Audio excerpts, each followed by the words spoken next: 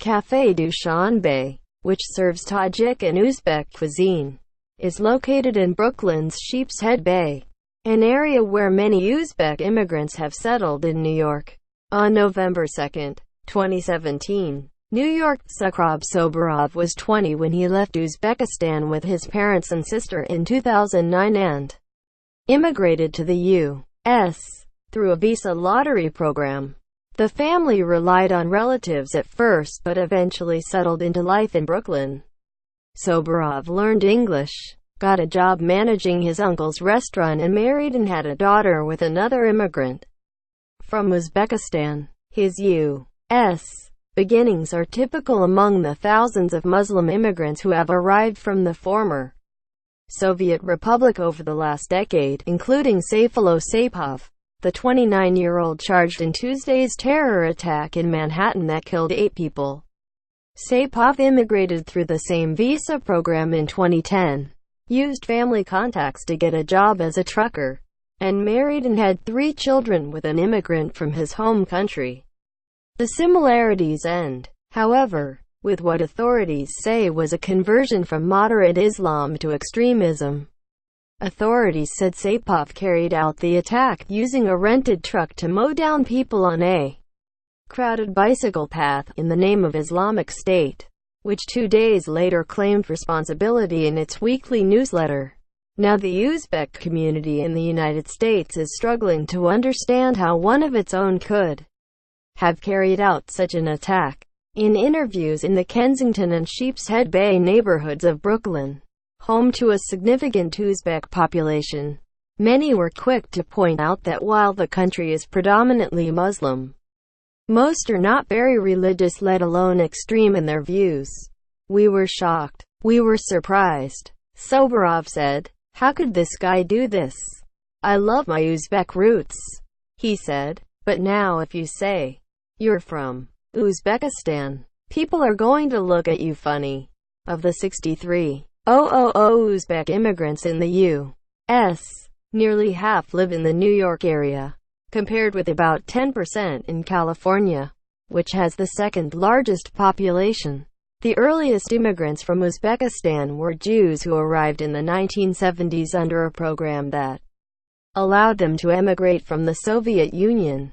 Muslims started coming later, with most arriving after 2000. Brighton Beach in Brooklyn is an area where many Uzbek immigrants have settled in New York.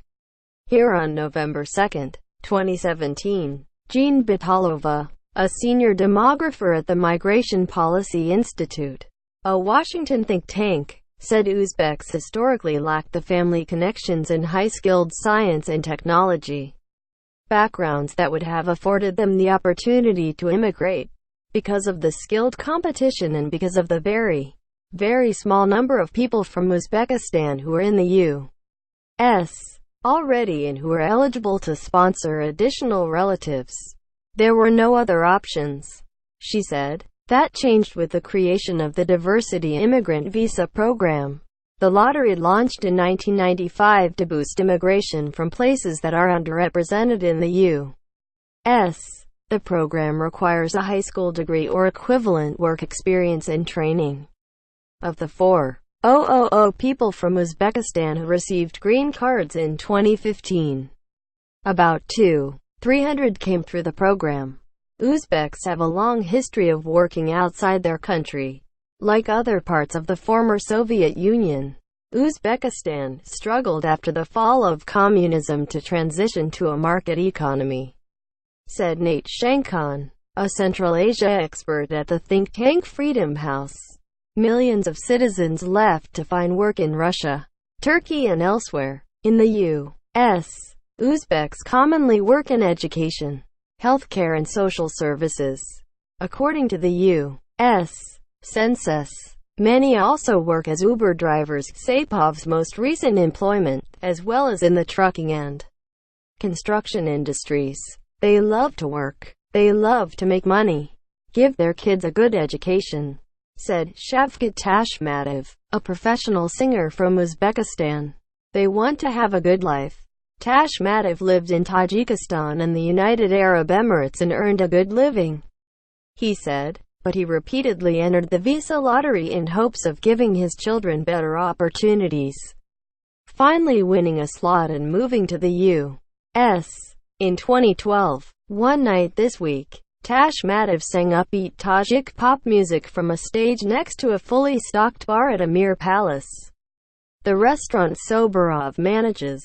Two women, one dressed in jeans and a blouse and the other wearing a dress, danced along. Tashmatov, 46, grew up Muslim but said he is not at all religious, which is typical among Muslims from Uzbekistan, where governments dating back to its Soviet days have quickly cracked down on extremism.